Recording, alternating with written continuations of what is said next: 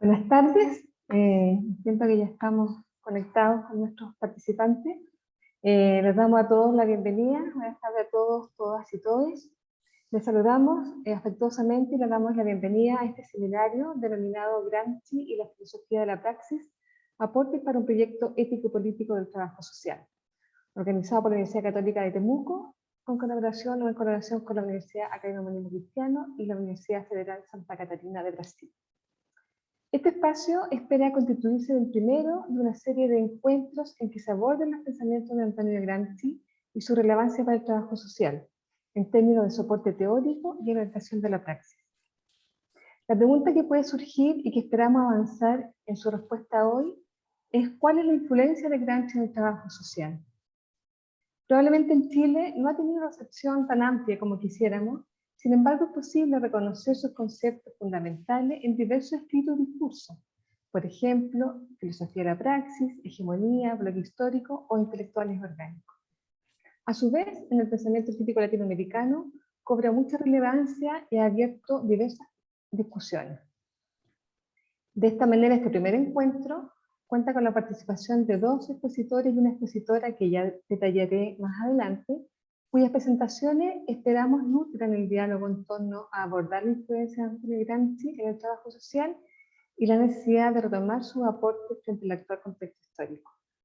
A su vez, esperamos aportar las discusiones respecto de la formación en trabajo social, su sustento teórico-conceptual y los cambios posibles orientados a la construcción de un proyecto ético-político. Finalmente, tenemos el desafío de este seminario se traduzca posteriormente en una publicación. En este marco estaremos en esta tarde conversando con nuestros invitados, quienes nos van a invitar a conocer un poquito más a Antonio Gramsci. Sin embargo, antes de comenzar la exposición y el espacio de conversación con ustedes, vamos a invitar al decano de la Facultad de Ciencias Sociales, el profesor Arturo Hernández Sayés, a que nos dé algunas palabras de bienvenida. Muy bien, muchas gracias. Bueno, decirles que primero un gran saludo a quienes hacen de anfitriones, a las autoridades que están aquí presentes de manera virtual y yo creo que más importante aún a los estudiantes que están probablemente siguiendo o comenzando a seguir esta actividad. Para nuestra universidad y para nuestra facultad, el encuentro, la vinculación, la participación con otras y con otros resulta fundamental. Este tipo de encuentros disciplinarios son muy pertinentes, pues nos permiten compartir los hallazgos y los avances disciplinarios con pares académicos de otras universidades, en este caso incluso la Universidad de Brasil. Pero más importante aún, nos permiten conocer el pensamiento y los avances que otras y otros en diversas latitudes tienen, lo que enriquece nuestro quehacer y nuestras posibilidades de servir a las comunidades a las que nos debemos. Déjenme un espacio para valorar, hacerle un guiño en forma pública al empeño y la constancia de nuestro director de departamento, a Luis, concretamente, porque sentimos, yo siento, he llegado hace poco tiempo a la facultad como un inquieto académico que, más allá de las actividades propias de docencia, de investigación y publicaciones, se da el tiempo para organizar este tipo de encuentros que, además de ensanchar y profundizar las redes académicas tan importantes, permiten que estudiantes y académicos puedan contar con la presencia de destacados especialistas. Ese es uno de los efectos positivos de la pandemia, que podemos tener destacados especialistas que abordan un tema, una propuesta, una teoría, un planteamiento metodológico como un nuevo aporte. Así que quiero solamente manifestar mi gratitud a la Universidad Federal Santa Catarina, en la persona de nuestra invitada, la doctora Ivette Simeonato, y al profesor Igor Alzueta, por su generosidad de compartir en esta tarde sus conocimientos y sus reflexiones respecto de Gramsci con nosotros. les deseo lo mejor en esta actividad académica y bueno, espero que sea el comienzo de muchas otras que podamos realizar sobre este autor o sobre otros, y afianzar nuestras relaciones de contacto con la Universidad Academia Humanismo Cristiano, con quien, como les dije en backstage, ya hemos tenido algún contacto en años anteriores, y por supuesto con la Universidad de Santa Catarina, en Brasil. Muchas gracias, y éxito. Muchas gracias, decano. Para iniciar entonces nuestro programa, les comento que vamos a organizar el seminario en una primera parte con las exposiciones y presentaciones de nuestros expositores, y luego haber un espacio de preguntas, de diálogo, que van a poder hacer a través del chat de donde ustedes están mirando del Zoom, ¿ya? Así que trataré también de ser un poquito rigurosa con los tiempos para que podamos escuchar todas las miradas y también tengamos espacio para el diálogo, para el espacio de preguntas y respuestas al cierre de la presentación, ¿ya? Como bien dijo el decano, nos acompañan hoy día tres importantes profesionales que han trabajado en torno a Gramsci: el profesor Igor Alzueta, la profesora Yanchi Monato y Luis Rivero. Y vamos a empezar, dada, digamos, el correlato de sus presentaciones, con el profesor Luis Rivero, que les voy a presentar a continuación. Luis es asistente social, egresado de la Universidad de la Frontera, licenciado en Trabajo Social, magíster en Ciencias Sociales Aplicadas y doctor en Procesos Sociales y Políticos en América Latina. Desde el año 2020 a la fecha ocupa el cargo de director del Departamento de Trabajo Social de la Universidad Católica de Temuco. Tiene una activa participación en diferentes organizaciones sociales, entre ellos el colectivo de profesionales de las ciencias sociales de la Araucanía, PROSA, el Colegio de Trabajadores Sociales, Trabajadores y Trabajadoras Sociales de Provincial Cautín. Es parte también de la Red Iberoamericana de Investigación en Trabajo Social, de la cual es uno de los miembros fundadores. Y en Chile participa de la Red de Escuelas de Trabajo Social de la Universidad del Consejo de Rectores y del colectivo de trabajo social crítico Sur a Sur. El profesor Rivero nos va a introducir en su presentación a una aproximación conceptual de Gramsci que nos permita interpelar el contexto histórico actual e identificar desafíos para el trabajo social en Chile. También entiendo que nos va a invitar a mirar a Gramsci desde una perspectiva más bien latinoamericana y generar esa captura con esa mirada eurocéntrica. Así que bienvenido, Luis, gracias por ser también el gestor de esta actividad, así que te doy el pase y te interrumpiré en el minuto 15 para avisarte que te quedan 5 minutos. Muchas gracias, un fraternal saludo a todas y a todos, agradecerle a nuestro decano, el profesor Arturo Hernández Ayest, también por darse el tiempo de poder participar en este espacio. Agradecerle también a nuestros invitados, a invitadas.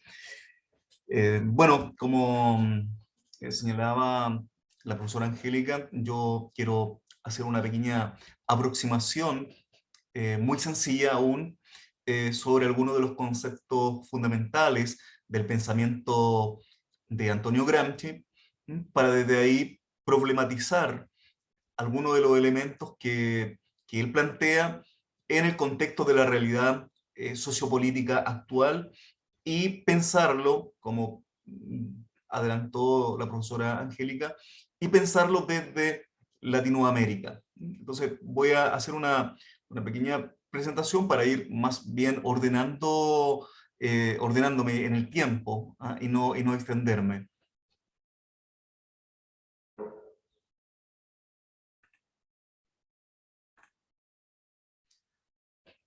Bueno, este es el título con el cual yo he querido abrir esta conversación: Antonio Gramsci, conceptos fundamentales para pensar el trabajo social latinoamericano. Sin duda todos conocen a Gramsci, pero no está de más entregar algunos pequeños antecedentes biográficos. Antonio Gramsci, un pensador italiano que nació en Cerdeña el 22 de enero de 1891 en una familia en condiciones de pobreza. Es uno de los teóricos marxistas más importantes del siglo XX y absolutamente vigente en el presente siglo. El año Profesor Luis. 1926... Profesor Luis, disculpe que lo interrumpa. Profesor, ¿podría Sí. ampliar su presentación, por favor? Sí, por supuesto. Ahí. Ahí sí, muchas Está gracias. perfecto. Sí. Gracias, muchas gracias a ustedes.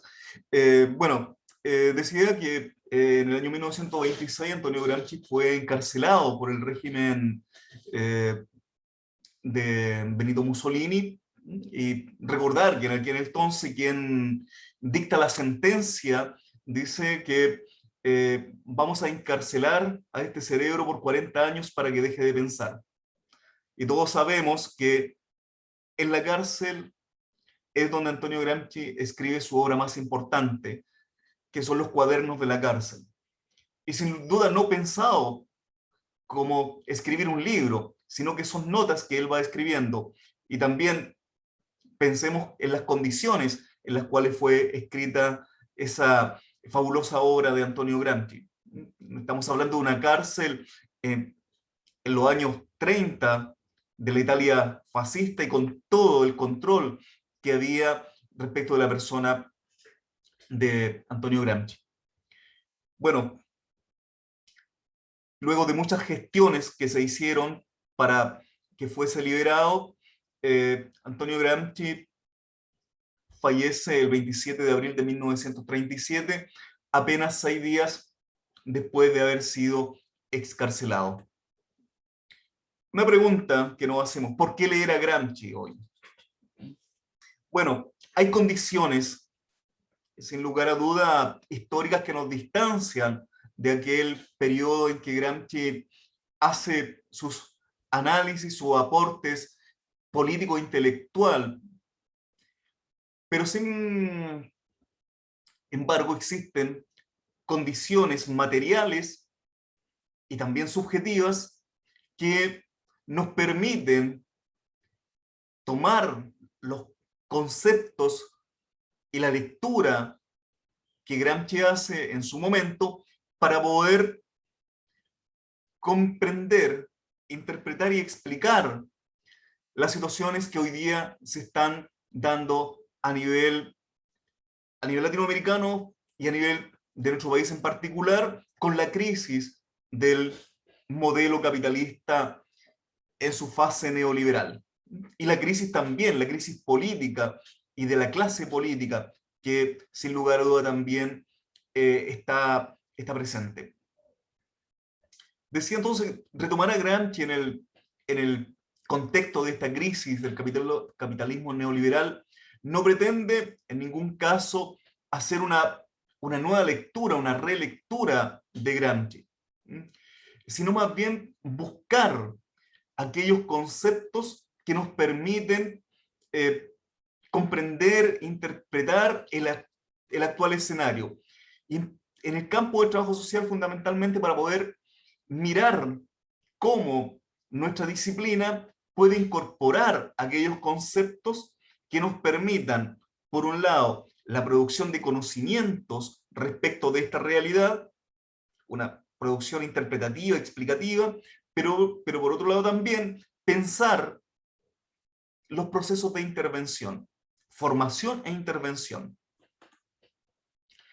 Vamos a ver algunos 2 o 3 conceptos, había puesto 2, pero tal vez vamos a ver uno más, para problematizar el rol histórico del trabajo social.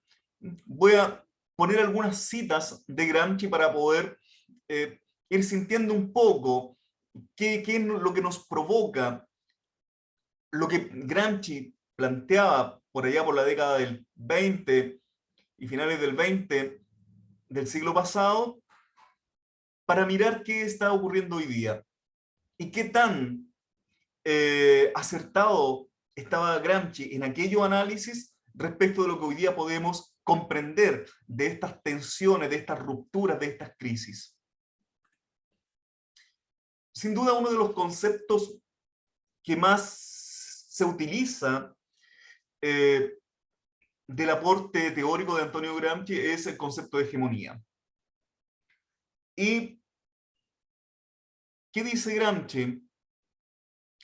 dice que el nuevo intelectual no puede ya consistir en la elocuencia, motor exterior y momentáneo de los efectos de la vida y de las pasiones, sino en el mezclarse activo en la vida práctica, como constructor, organizador, persuasor permanente, precisamente por no ser puro orador.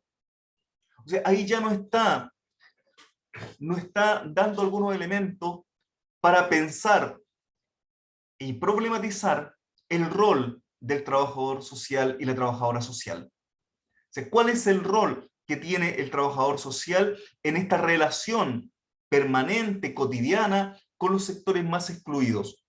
No puede ser un simple orador, no puede ser un simple operador, implementador de políticas sociales sin problematizar y sin comprometerse y mezclarse activamente en la vida práctica.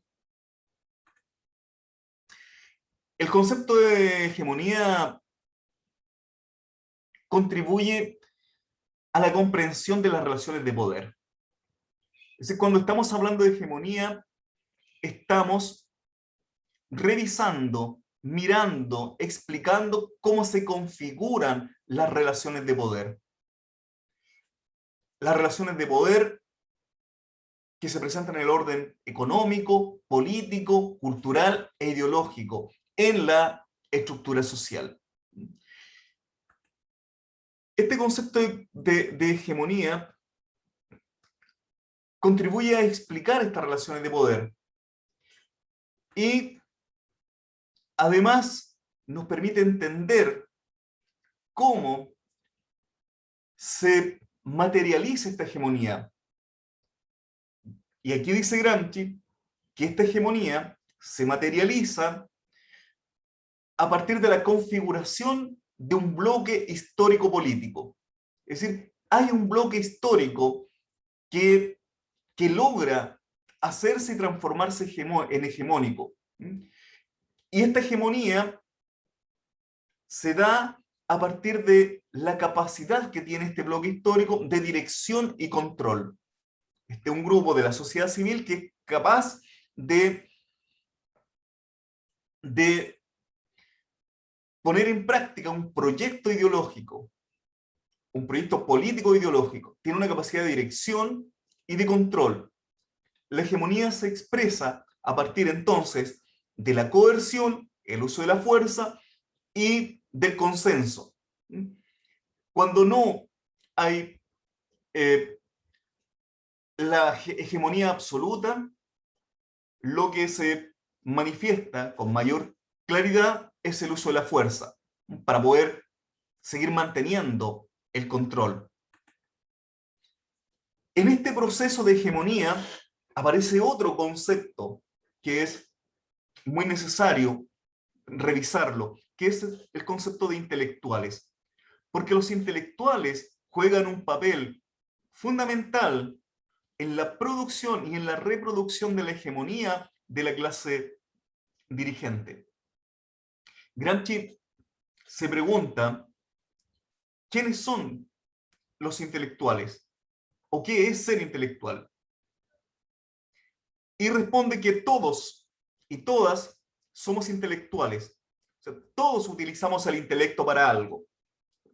El carpintero, cuando tiene que realizar algún trabajo, utiliza su intelecto para poder resolver qué madera utilizar o qué cortes realizar, o qué pintura o barniz utilizar.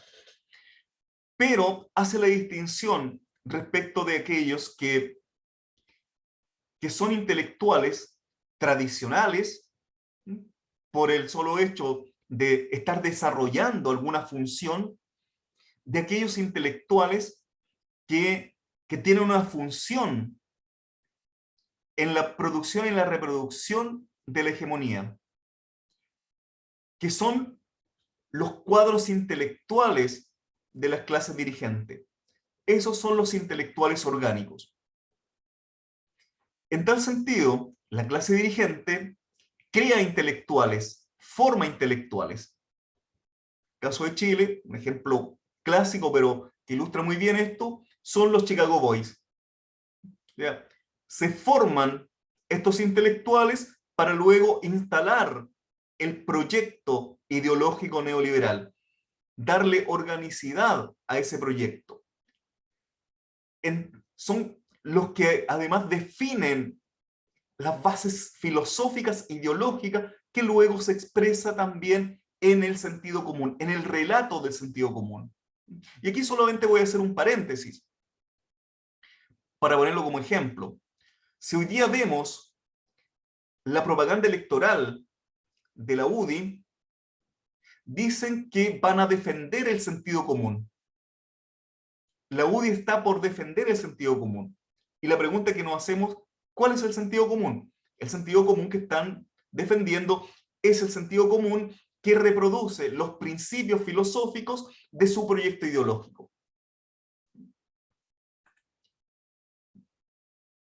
Entonces decía que los intelectuales son los cuadros quienes contribuyen a la elaboración de la base ideológica. Son los empleados que tienen la tarea, que tienen la función de reproducir en los distintos espacios la filosofía de esta clase dominante. Para que las clases subalternas logren hacerse de tal hegemonía, deben lograr consolidarse en un campo ideológico que le permita una reforma intelectual y moral. Esto es interesante porque lo que plantea Gramsci, que un proyecto que podríamos decir contrahegemónico, tiene la difícil tarea de poder implementar o instalar un proyecto, un proceso de reforma intelectual y moral para adaptar nuevos conocimientos, nuevos valores, un nuevo discurso, un nuevo relato que le dispute el poder, el espacio a la ideología, al proyecto ideológico del bloque histórico dominante. Los intelectuales entonces tienen la función de organizar la hegemonía. Es un grupo,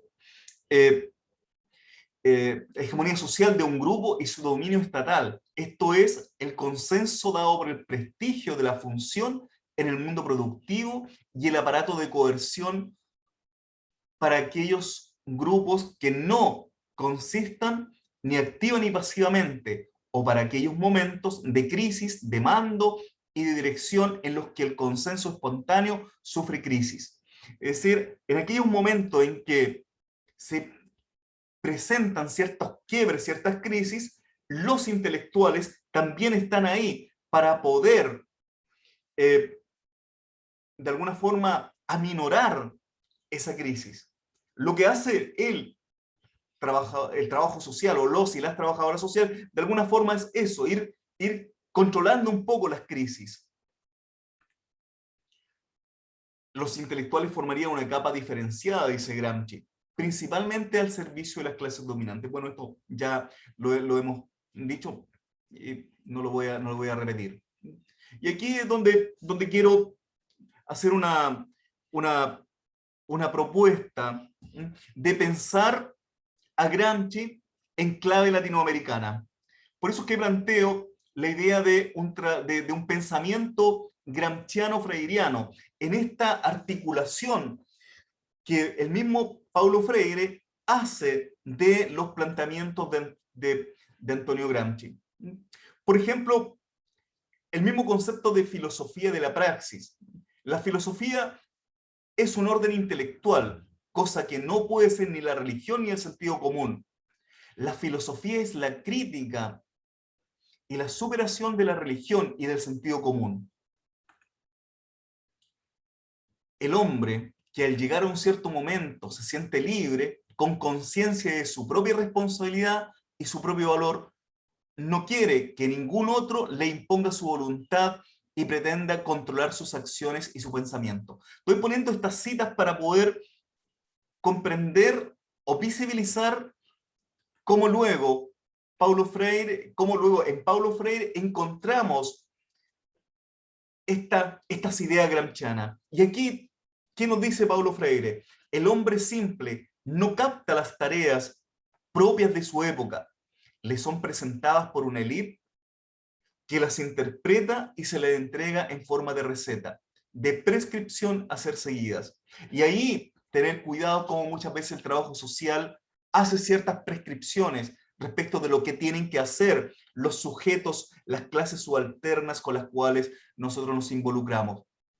La comprensión crítica de uno mismo se obtiene pues a través de una lucha de hegemonías políticas, de direcciones contrastantes, primero en el campo de la ética, después en el campo de la política, para llegar a una elaboración superior de la propia concepción de lo real. Luis, La comprensión sí. crítica, 5 termino minutos. enseguida, Sí, dale, voy ya ya. cerrando. La comprensión crítica que dice Paulo Freire, perdón, Antonio Gramsci, o el mismo concepto de filosofía de la praxis, implica la superación del sentido común. Y esto es lo que plantea Paulo Freire. La superación del sentido común implica una diferente comprensión de la historia. Implica entenderla y vivirla. Sobre todo vivirla como tiempo de posibilidad, lo que significa el rechazo a cualquier explicación determinista, fatalista de la historia. Sobre el concepto de praxis, Freire señala que es reflexión y acción de los hombres sobre el mundo para transformarlos. Sin ella es imposible la superación de la contradicción oprimido-opresor. Es por esto por lo que inserción crítica y acción ya son la misma cosa. El concepto de praxis, el concepto de transformación son recurrentemente utilizados en el trabajo social, pero no siempre analizados y mirados desde el contenido histórico y político que tiene. Para no perder los minutos que me quedan, algunos elementos que plantea Gramsci respecto de lo que es el comienzo de la elaboración crítica, la conciencia, el conocerse a sí mismo, el analizar y el comprender el proceso histórico en el cual el sujeto vive lo cotidiano, lo encontramos en Paulo Freire, en todo lo que él plantea respecto de la concientización, respecto de el proyecto emancipador de la educación como práctica de la libertad, como él mismo lo señala y como dice uno de sus importantes libros. Desafíos para un proyecto ético-político del trabajo social. Si el subalterno era ayer una cosa, hoy ya no lo es. Es lo que estamos viviendo hoy día en este contexto de crisis. El nuevo intelectual no puede ya consistir en la elocuencia, motor, exterior y momentáneo de los efectos y pasiones que decíamos anteriormente. El trabajador social no puede seguir mirando el mundo con los mismos lentes que lo venía mirando hace apenas un par de años atrás. Tiene que comprender, interpretar críticamente la historia. Eso nos pone el desafío de que el trabajo social no puede seguir siendo lo mismo. No debería permanecer atado a las viejas concepciones de mundo, expresadas tanto en sus perspectivas teóricas, sus metodologías y su forma de inserción al mundo popular. Esto nos interpela a reorientar y repensar los proyectos de formación, pero también las formas de inserción en el mundo social popular, nuestras relaciones con las clases subalternas. Nos interpela a pensar un proyecto ético-político de formación y práctica disciplinaria. Muchísimas gracias por su atención. Gracias a ti, Luis. Nos dejas las medias preguntas al final de tu presentación, que creo que son parte también de nuestra discusión actual, ¿no? ¿Cuáles son nuestras propias discusiones disciplinarias en torno a esos grandes temas a los que nos invitan? Doy paso entonces ahora a Ivette Chiamonato. Ivette es licenciada en Trabajo Social y magíster en Administración de la Universidad Federal de Santa Catarina, doctora en Trabajo Social de la Pontificia Universidad Católica de Sao Paulo y postdoctorada por el Instituto Universitario Europeo.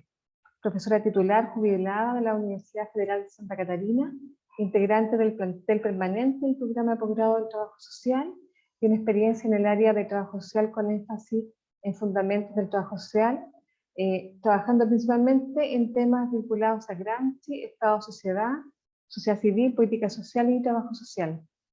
Forma parte del grupo de estudio Antonio Gramsci de la Universidad Federal de Santa Catarina y del grupo de estudio Estado, sociedad civil, políticas públicas y trabajo social del programa de posgrado en trabajo social de la misma universidad.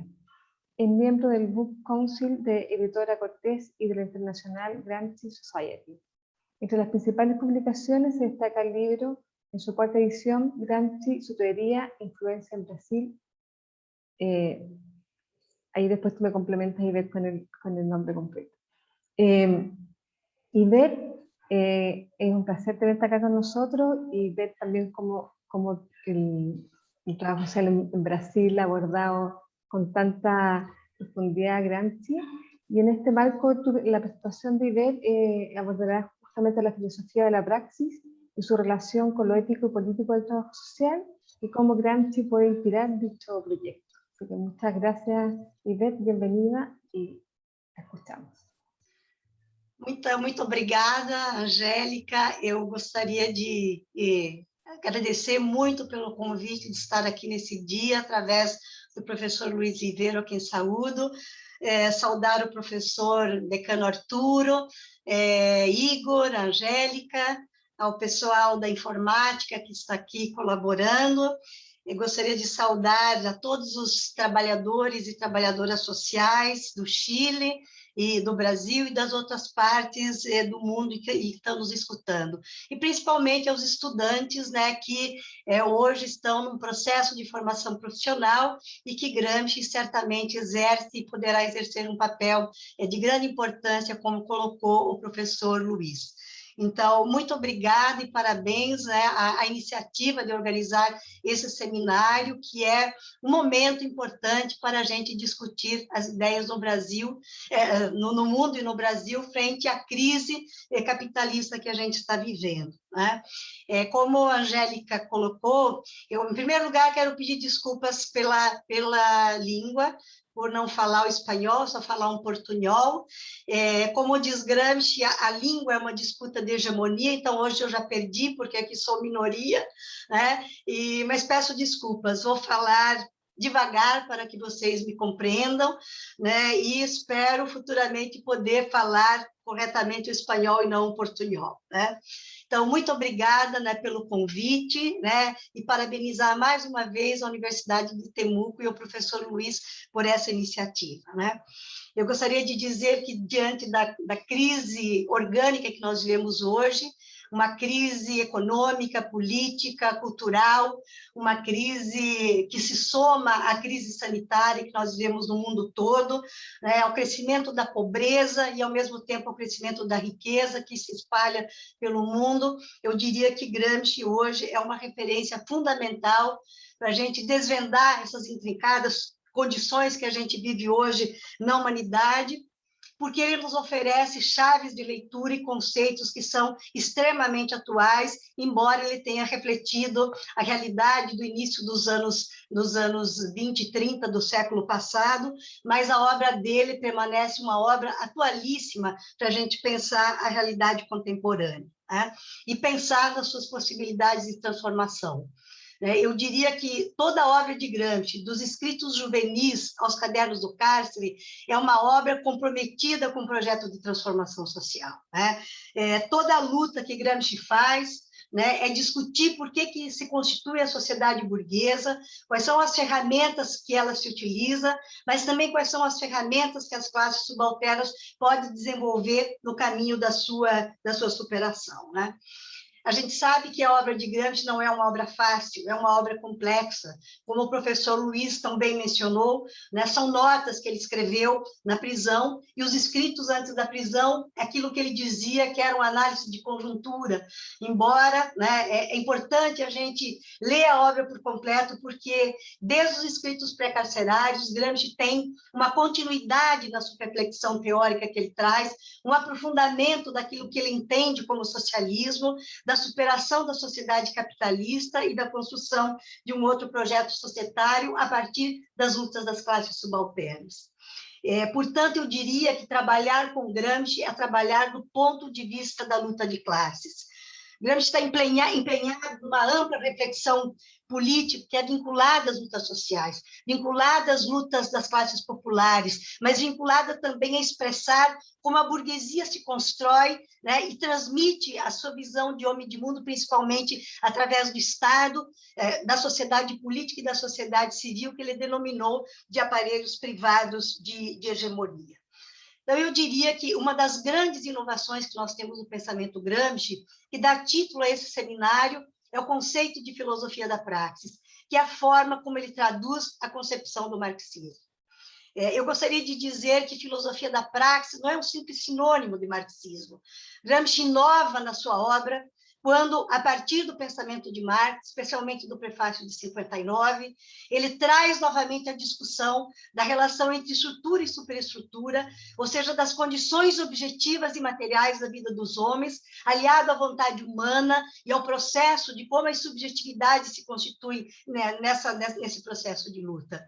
Ou seja, a inovação que Gramsci traz no âmbito do marxismo é recuperar um sentido pleno da totalidade, da historicidade, longe das determinações economicistas, positivistas, que vigoravam no marxismo, debatidos pela Segunda Internacional.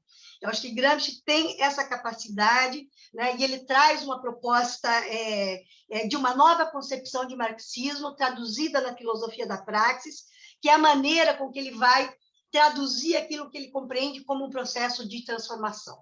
Né? O conceito de filosofia da praxis não foi cunhado por Gramsci, né? É do grande marxista italiano Antonio Labriola, foi utilizado também por Giovanni Gentili, que era um dos positivistas da época, né? E Gramsci vai se preocupar, né, em dar um novo significado, recuperando o ponto de vista de Marx, partindo de Marx, de Engels e também do pensamento de Lenin. Então, eu acho que esse seminário, ao trazer em cena esse conceito, já traz uma grande contribuição para a gente prospectar novos estudos e que tragam a filosofia da praxis como método de interpretação e de transformação da realidade, e que é uma grande chave de leitura que o serviço social pode se apropriar, tanto na sua construção teórica, na sua forma de analisar o mundo, mas também na sua forma de intervir na realidade social. Né? A filosofia da praxis é, para Gramsci, uma filosofia vivente, né? É uma filosofia que está voltada à transformação do mundo. Eu acho que a grande contribuição de Gramsci é pensar essa síntese dialética entre a realidade objetiva e a subjetividade dos homens. Como os homens organizados livremente têm a condição de transformar as suas condições materiais e trazer mudanças na sua vida política, cultural e de vivência nas relações sociais, né? Eu diria que a grande contribuição de Gramsci é pensar um marxismo antieconomicista, antideterminista, voltado a ler a realidade em toda a sua complexidade, sem jamais separar economia e política, cultura e necessidades sociais, né? E eu acho que a grande chave de leitura que Gramsci traz é a recuperação da relação dialética entre estrutura e superestrutura. E esse, para Gramsci, se constitui o problema crucial do materialismo histórico. Né? E ele expressa com muita clareza no caderno 11, quando ele diz, né, traduzir o marxismo em linguagem realista e historicista. Isso ele vai buscar em Marx, no prefácio de 59, né, e vai trazer, né, uma recuperação no papel ativo da subjetividade, mas de uma subjetividade não é que não é a mesma da subjetividade pós-moderna, habermasiana, ou da intersubjetividade colocada hoje pelo pensamento neoliberal. É trazer a subjetividade através de uma forma concreta, né? É pensar na inserção concreta dos homens na construção da sua história. É pensar no homem ativo, como ele escreve no caderno 11, quando ele diz, né? Na medida em que o homem é ativo, isto é, ele é vivo, ele contribui para modificar o ambiente social em que se desenvolve, para modificar determinados caracteres e para conservar outros. Quer dizer, ter de estabelecer normas e regras de conduta para toda a sua vida, né? Então, eu acho que essa compreensão do marxismo é que foi um dos primeiros eixos de aproximação do serviço social ao pensamento de Gramsci. Né? No final dos anos 70, já em 79, quando a gente já tinha uma pequena abertura em função da ditadura militar, e que Gramsci começa a ser rediscutido nos ambientes políticos e principalmente acadêmicos. Lembrando que Gramsci foi introduzido no Brasil no início dos anos 1960, e depois, por 10 anos, até metade dos anos 70, sua obra foi proibida e a tradução não prosseguiu, e só foi retomada no final dos anos 1970.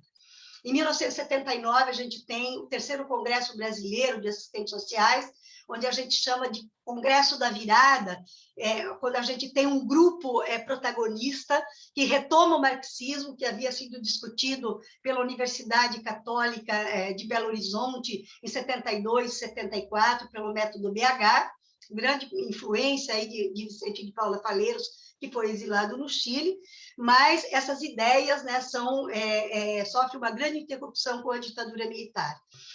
No final dos anos 70, essa ebulição política que a gente vive permite a circulação novamente das ideias de Gramsci, e um grupo de mestrandos da Universidade Católica da PUC do Rio de Janeiro, né, começa a trabalhar as ideias de Gramsci através do conceito de filosofia da praxis, ou seja, dessa ideia de pensar o serviço social a partir da perspectiva da transformação social, repensar o Estado como espaço de luta de classes, não mais o Estado como um poder monolítico, né, mas o Estado como espaço de disputa das diferentes classes sociais, a ocupação do Estado pela burguesia e as formas, né, que se tinha de construir uma contra-hegemonia. Contra-hegemonia não é um termo utilizado por Gramsci, mas se tornou utilizado pelo senso comum como possibilidade de construir uma nova hegemonia a partir do enfrentamento da ditadura militar e da classe burguesa, né?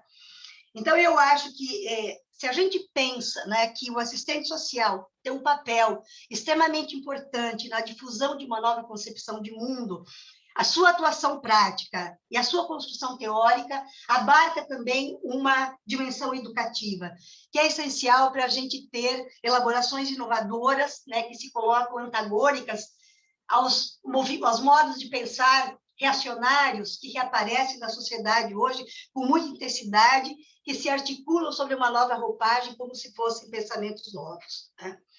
Então, eu acho que pensar a prática profissional é a gente pensar num universo de valores que podem ser tanto valores progressistas quanto conservadores, né, que implicam um domínio não só de um conjunto de técnicas, mas implica num domínio de um conjunto, um construto teórico, de um ideário ético-político, que são determinantes na construção de princípios e valores que nós trabalhamos na esfera cotidiana das classes sociais, que interferem na construção da sua vida material, que interferem nas possibilidades da sua alienação ou desalienação, dependendo do ponto de vista de classe com o qual nós trabalhamos, né? Eu diria que esse conjunto de elementos também, né, foi apropriado pelo serviço social através do conceito de praxis e através do conceito ético-político, né, que está presente em Gramsci numa longa discussão que ele vai ter com Benedetto Croce, que é uma das suas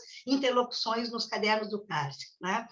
Benedetto Croce utiliza o termo ético-político apenas para trabalhar o âmbito da historiografia, e Gramsci vai inovar quando ele diz, né, que a visão ético-política ela se traduz na filosofia da praxis.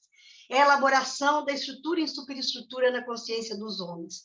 O momento ético-político é o momento da elaboração superior dos homens, da superação dos interesses econômico-corporativos, que se expressa no termo que ele chama de catarse, como ele escreve no caderno 10, né? Ou seja, o momento ético-político é o momento de elaboração de um novo projeto de sociedade.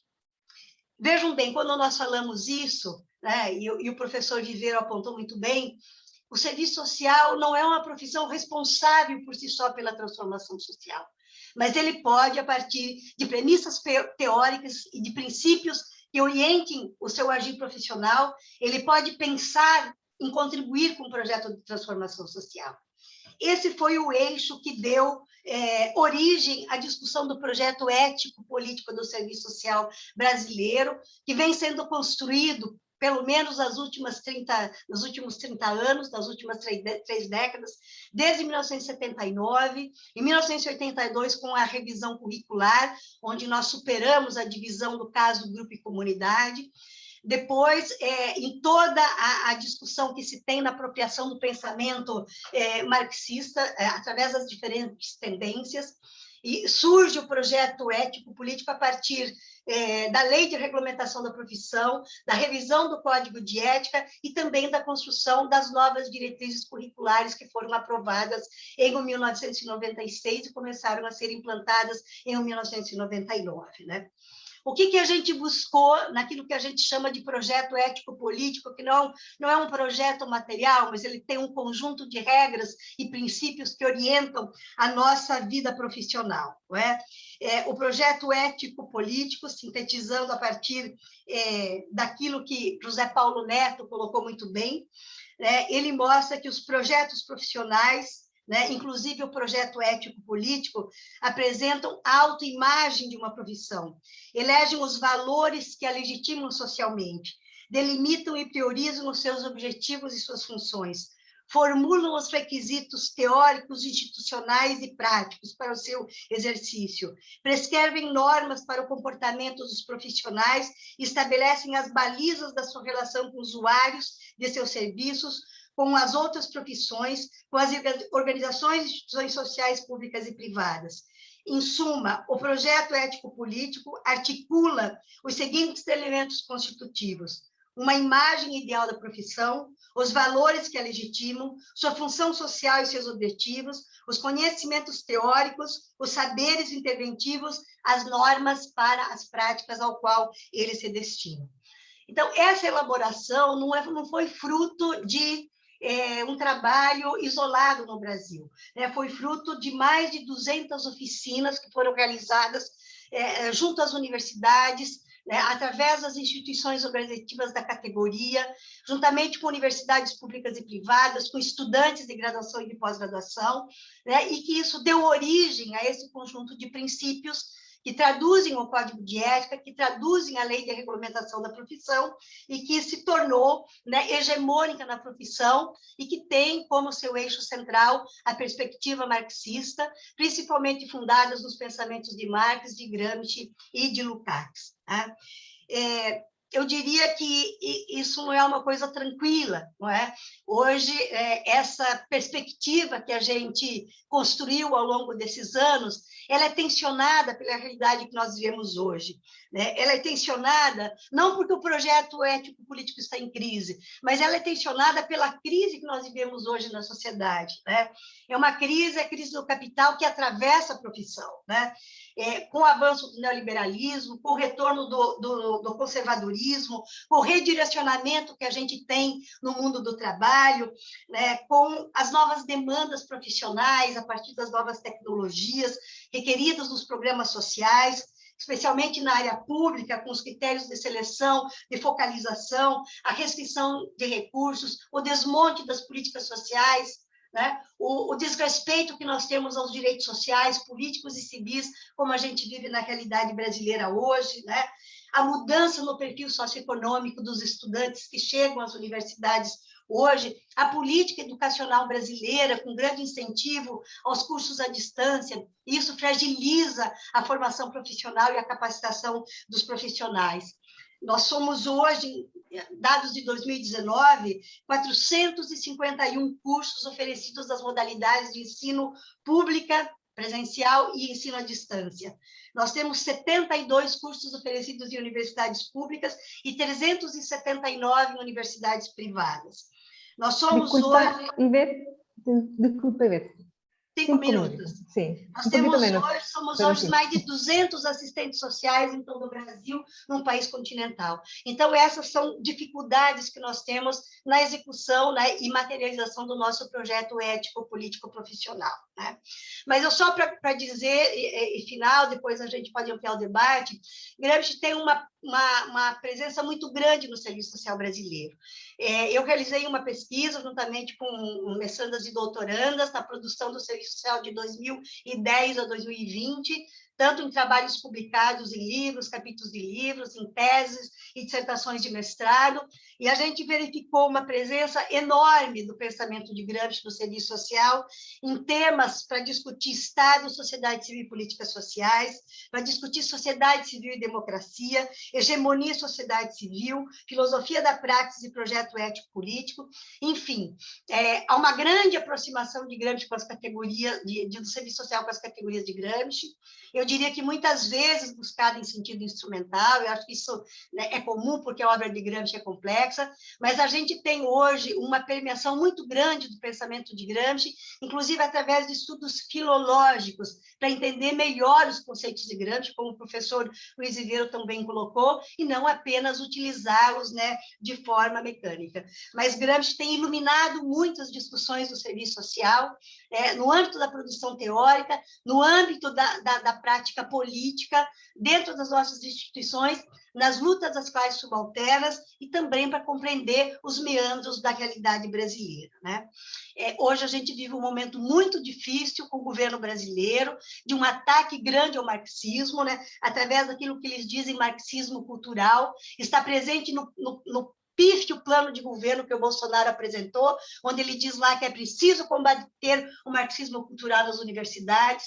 A gente tem hoje um descrédito da universidade pública, um ataque à ciência, um ataque à produção do conhecimento, que vem dos grandes intelectuais conservadores que cercam esse governo hoje, né, com o Chicago Boys, inclusive presente no nosso Ministério da Economia, né? E nós temos hoje uma desqualificação das ciências humanas e sociais, e hoje no Brasil, nessa semana, um corte de mais de 600 milhões para o desenvolvimento da ciência e tecnologia. Né? Então, as dificuldades que nós vivemos hoje são imensas, e eu diria, né, que Gramsci hoje tem uma contribuição extremamente importante para a gente compreender a forma de construção dessa burguesia que hoje vem, né, dominando a realidade mundial e aqui a realidade brasileira com as suas oligarquias, com seus intelectuais orgânicos, né? As ideias protofascistas que vêm acontecendo, não é o mesmo fascismo que Gramsci descreveu na Itália, nós temos ideias protofascistas que hoje vão se socializando, a predominância da sociedade política com os aparelhos de coerção em detrimento da sociedade civil, né? Um grande controle das organizações da sociedade civil através dos movimentos populares, de seus intelectuais orgânicos, ou seja, compreender hoje como é que se forma essa construção do Estado burguês, né? Compreender como é que se formam os aparelhos privados de hegemonia da classe burguesa, fortalecer os aparelhos privados de hegemonia da classe trabalhadora, compreender o papel dos intelectuais, tanto dos intelectuais vinculados à classe burguesa, quanto dos intelectuais vinculados à classe trabalhadora, compreender como é que se formam os grupos subalternos da América Latina, os negros, os indígenas, que Gramsci pouco mencionou no caderno 1, mas eu acho que esse é um tema que conclama a ser desenvolvida para compreender não só o serviço social, mas compreender toda a dimensão da América Latina, o pensamento eurocêntrico que se afirmou entre nós, e que eu acho que Gramsci tem muito a contribuir nesse campo que nós precisamos estudar. Então, muito obrigada, desculpe por me alongar, né, e parabéns mais uma vez pela organização desse seminário.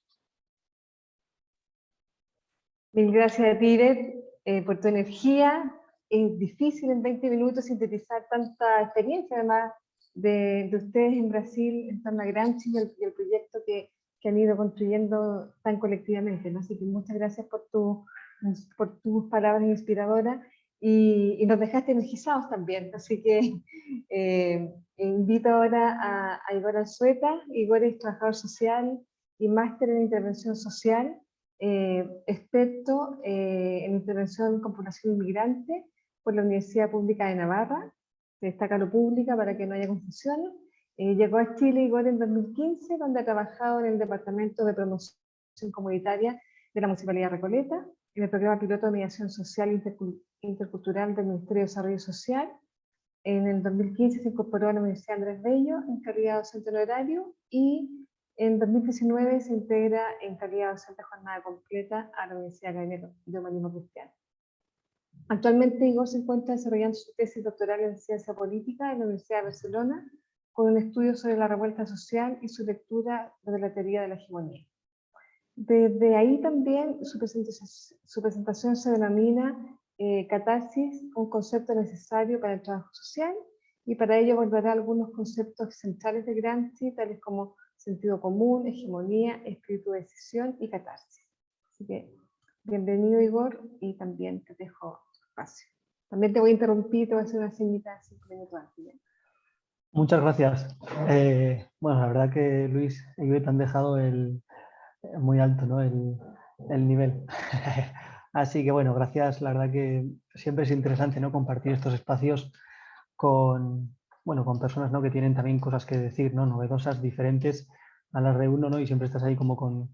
Bueno, ahora ya no estás directamente escribiendo en el computador. Antes tenías la hojita al lado para escribir, ahora directamente escribes las ideas en el computador, ¿no? Así que bueno, les he dicho antes de que empezáramos que no tenía un PPT, pero sí que tengo un PPT. He copiado así como 3 ideas del texto que había escrito y desde ahí pues voy a presentarlo, quizá para hacerlo un poco más ameno. Así que voy a compartirlo. Está tan por hacer que incluso pone como título presentación 1. Así que bueno, no tiene ni título. Ya, voy a ponerlo pantalla completa. Y bueno, ese es el título, ¿no? que ha dicho Angélica. Y bueno, hay una frase de Antonio Gramsci que a mí me fascina, ¿no? Vivir significa tomar partido, en un texto que se llama Odio a los indiferentes. Creo que es uno de los elementos centrales, ¿no? que tenemos como disciplina. No existe la equidistancia, ¿no? No existe la neutralidad. Alguien que no es neutral o alguien que es neutral, en última instancia está empujando, ¿no? los valores dominantes, ¿no? Los valores hegemónicos. Por eso es que me gusta tanto esta frase para nuestra disciplina, ¿no? Para el trabajo social. Bueno, a lo largo del PPT van a aparecer, como digo, una serie de extractos que los he sacado del texto que he escrito y que aparecerá en la publicación, ¿no? Lo que está en cursiva obviamente son citas, ¿no? Lo que está escrito normal está escrito por mí, ¿no? Bueno, como dice, ¿no? La elaboración de este artículo se realiza en fechas próximas a aquella fecha que cambió para siempre, ¿no? Chile, como es el 18 de octubre, y es un ejercicio que se encuentra entre dos aguas, ¿no? Por lo que digo, yo no puedo ser neutral. Por un lado es académico, en la medida en que está escrito para un espacio académico, para exponerlo ante estudiantes, ante profesores, profesoras, ¿no? Ante un público que generalmente se encuentra vinculado a la academia, pero también es un ejercicio militante, ¿no? Porque yo, en mi calidad de profesional y también como en calidad de ser humano, soy una persona que concibe las ciencias sociales como una palanca, como un instrumento para la transformación social. Y en ese sentido también me siento militante. Y está escrito, por lo tanto, entre esas dos aguas. Marcado sobre todo por estas dos frases, ¿no? Que siempre han guiado un poquito en mi forma de comprender el trabajo social, de comprender las ciencias sociales, que son las tesis sobre Feuerbach, la tercera y la 11ª. La tercera dice la teoría materialista del cambio de las circunstancias y de la educación olvida que las circunstancias las hacen cambiar los hombres y que el educador necesita a su vez ser educado. Y por otro lado, los filósofos se han limitado a interpretar el mundo de distintos modos. De lo que se trata es de transformarlo. Para este fin, ¿no? El artículo está estructurado en 3 grandes capítulos. Ya uno primero en el que trabajaremos los conceptos de Gramsci, sentido común y hegemonía. Uno segundo en el que trabajaremos los conceptos de espíritu, decisión y catarsis, como bisagra, ¿no? Para el encaje, ¿no? Para la posibilidad de generar un proceso de transformación. Y finalmente un aterrizaje a la realidad particular del trabajo social, ¿no? Y cómo la filosofía de la praxis puede jugar ese rol de diálogo entre todos estos conceptos. En primer lugar, vamos a hablar de sentido común, ¿no? Antes se ha conversado, ¿no? Se ha comentado un poquito a propósito de ello, pero es fundamental, ¿no?, comprender que cuando hablamos de sentido común o cuando estamos en una conversación, ¿no?, entre amigos, ¿no?, hay alguien que te dice, es que esto es de sentido común, ¿no? Es de sentido común saludar a alguien por la calle cuando lo ves, ¿no?, si es tu vecina o tu vecino, y es de sentido común, ¿no?, y esto es muy en la lógica chilena, que la mujer sea la que se encargue de realizar la comida durante los 7 días de la semana y el hombre es el que hace el asado, ¿no? Eso también es de sentido común dentro de la cultura popular chilena. Angélica dice que no, pero en el común denominador suele ser así. ¿Qué es lo que recoge ese sentido común? Recoge valores, recoge moral, ¿no? ¿Quién se encarga de hacer el trabajo en el espacio privado? La mujer, porque no tiene reconocimiento. ¿Quién se encarga de hacer el espacio público? El trabajo en el espacio público, como es el asado, que implica un reconocimiento, que implica invitar a personas a que vayan a casa, el hombre, ¿no? La mujer siempre se ocupa del espacio privado y el hombre del espacio público. Por lo tanto, cuando hablamos de sentido común, son conceptos profundamente ideológicos. ¿Ya? Representa, como dice, una serie de normas de convivencia, de valores que han sido dados como si trataran de marcas de nacimiento, que enraizan en lo más hondo de nuestros modelos de sociedad, que resultan verdades irrefutables, exactas y precisas. Es en última instancia esta argamasa de costumbres, prácticas y dichos populares, caótica e incluso contradictoria en algunos casos, la que galvaniza en el magma social y entra y se transforma en una serie de certezas desde las que las personas se desenvuelven en los ámbitos públicos y privados, ¿no? Gramsci lo dice, lo expresa de esta manera: es una concepción en cada cerebro individual, disgregada, incoherente, inconsecuente, conforme a la posición social y cultural de las multitudes de las que constituye la filosofía. Y es por ello que Gramsci, con una gran claridad, ¿no?, dice que el sentido común es la filosofía de los no filósofos. Es la concepción del mundo difundida en una época histórica en la masa popular. Por lo tanto, el sentido común, dándole vuelta al concepto, podríamos decir que es el menos común de todos los sentidos, ¿no? Porque los sentidos, a través de la vista, a través del olfato, a través del gusto, a través del tacto, nos permiten vincularnos de una manera más o menos objetiva con aquel mundo que nos rodea. Lo que ocurre es que el sentido común representa todo lo contrario, es un espejismo, es el ilusionista de los sentidos, puesto que en última instancia lo que esconde detrás de sí es pura ideología. Esto es un extracto de Gramsci bastante extenso, hay algunos más.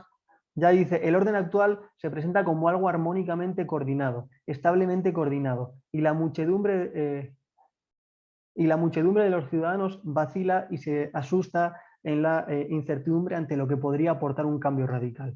El sentido común, el torpísimo sentido común, suele predicar que más vale un huevo hoy que una gallina mañana. Y el sentido común es terrible negrero de los espíritus, sobre todo cuando para conseguir la gallina ha de cascar el huevo. En la fantasía se forma entonces la imagen de una violenta deliberación, de una violenta dilaceración. No se ve el orden nuevo posible, mejor organizado que el anterior, más vital que el anterior, porque contrapone la unidad al dualismo y la dinámica de la vida en movimiento a la inmovilidad estática de la inercia. Se ve solo la dilaceración violenta y el ánimo miedoso retrocede ante el temor de perderlo todo, de tener ante sí el caos, el desorden ineluctable. Tremendos conceptos. La cosa es que esta frase de Gramsci, cuando la pensamos, ¿no?, que viene a recoger un poco la esencia también de lo que es el sentido común, probablemente nos vengan a la cabeza, quienes vivimos en Chile, todos estos momentos que tienen que ver con cualquier tipo de propuesta de cambio, por mínima que sea, cuando se plantea en el debate político, ¿no? Podemos recordar, ¿no?, la campaña electoral allá por 2017-2018 entre Sebastián Piñera y Alejandro Guiller, en la que, bueno, Guiller tenía un programa con propuestas no especialmente transformadoras y se pusieron a hablar de que el programa de Guiller nos iba a llevar a Chilezuela, ¿no? De hecho, uno de los argumentos que constantemente expuso el candidato Sebastián Piñera era Chilezuela, ¿no? ¿Por qué? Porque el sentido común, en última instancia, es la última defensa, ¿no? La última casamata, ¿no? Es la palabra que utiliza Antonio Gramsci, ¿no? Fortalezas y casamatas, la última trinchera que tiene la hegemonía para resistir ante un embate ideológico, ante un ataque ideológico, cuando se sitúa a la defensiva. Es por eso que, como bien sabemos, la última forma de defenderse siempre es el miedo, ¿no? Cuando tú reaccionas de la manera más primitiva, es cuando tienes miedo. Y el sentido común cumple esa función, ¿vale? En cuanto a la hegemonía, como bien dice, de nuevo acudo a Gramsci, la hegemonía es la unidad intelectual y moral, planteando todas las cuestiones en torno a las cuales hierve la lucha, ya no en el plano corporativo, sino en el plano universal. Ello crea la hegemonía de un grupo social fundamental sobre una serie de grupos subordinados.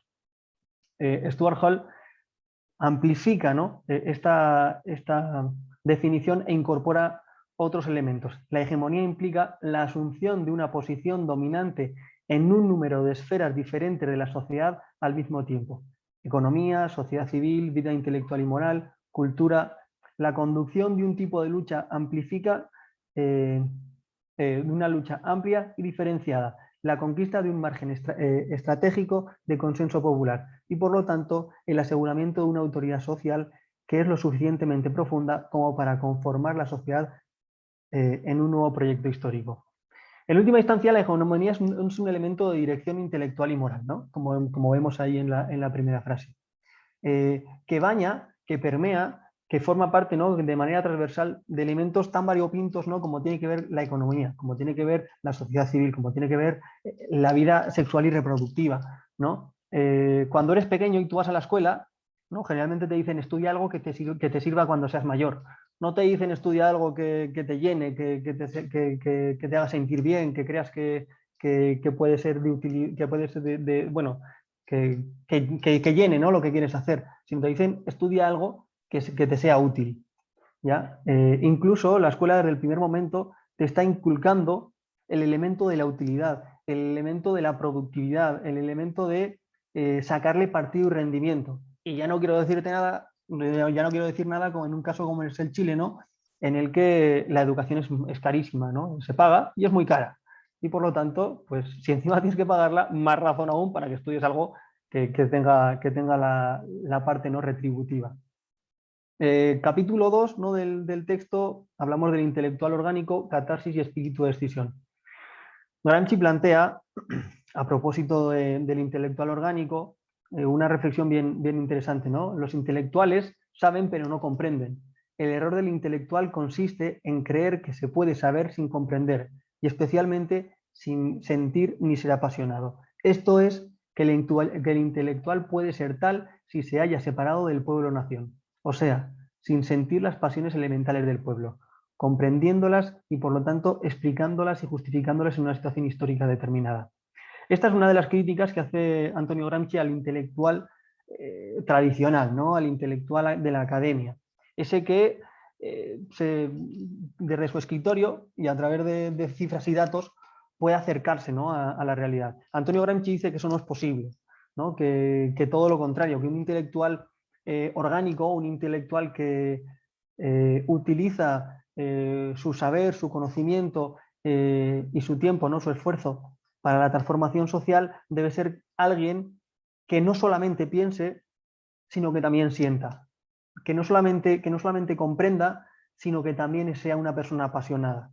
¿Ya? Antes hacían una pregunta por ahí que la leía, ¿no? Y se referían a cuál era el papel que podían jugar los intelectuales en América Latina, cuando muchos de ellos, muchas de ellas, bueno, en una estructura tan fragmentada y tan disgregada como la latinoamericana, se encontraba ajeno, ¿no? Venían de familias acomodadas y se encontraba ajeno a los problemas que podían tener las clases trabajadoras y las clases subalternas.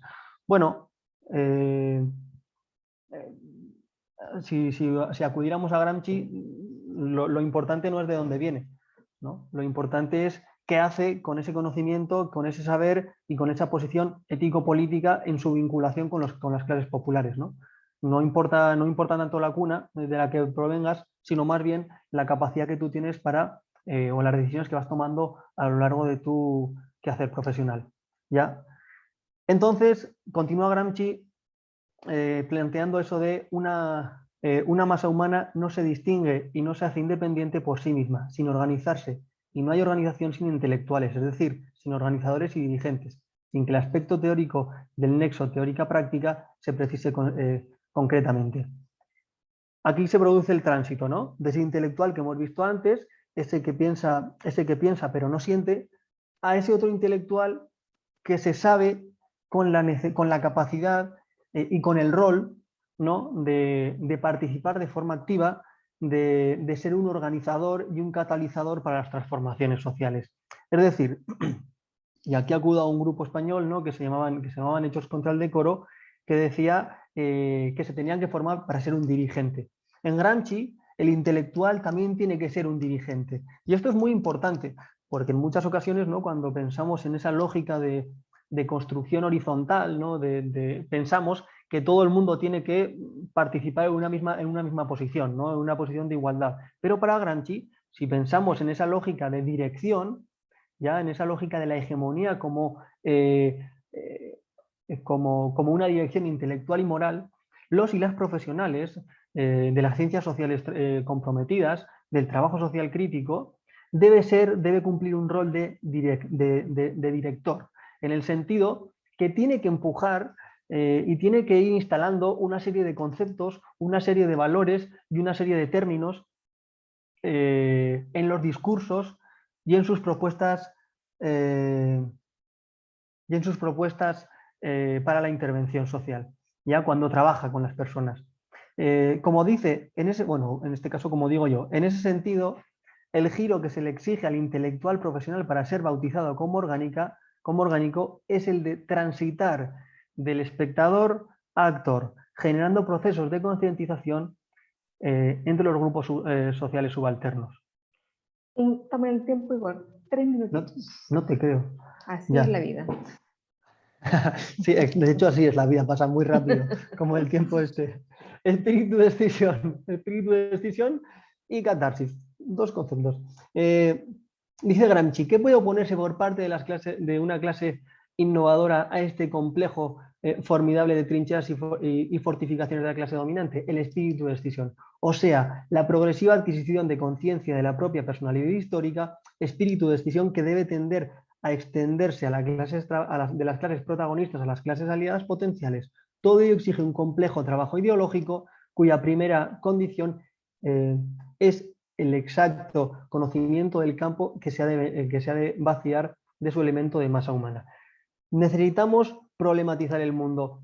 En la medida en que somos profesionales comprometidos, tenemos que ser capaces de trasladar estas reflexiones, este tipo de espacios como los que estamos teniendo aquí, a los lugares en los que trabajamos.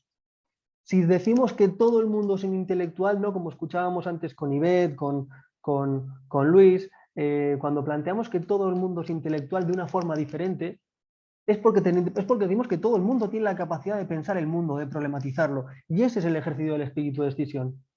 Ser capaz de romper los anclajes ideológicos que mantienen a los grupos subalternos atados a una serie de valores y a una moralidad, y a una moral que es contraria a sus intereses de clase, a sus intereses como sujetos históricos, como sujetos políticos.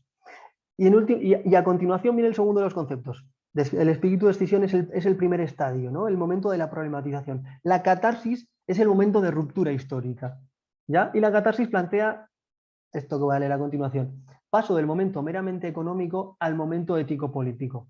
O sea, la elaboración superior de la estructura en superestructura en la conciencia de los hombres. Esto significa también el paso del objetivo a lo subjetivo, de la necesidad a la libertad. La estructura de fuerza exterior que aplasta al hombre, lo asimila así, lo hace pasivo, se transforma en medio de libertad, en instrumento para crear una nueva forma ético-política, en origen de unas nuevas iniciativas. La fijación del momento catárquico se convierte así, me parece, en el punto de partida para toda filosofía de la praxis. El proceso catárquico coincide con la cadena de síntesis que son resultados del desarrollo dialéctico. Este es un estadio más, un paso más a propósito de la intervención y a propósito de la intervención y al propósito de los procesos de transformación social.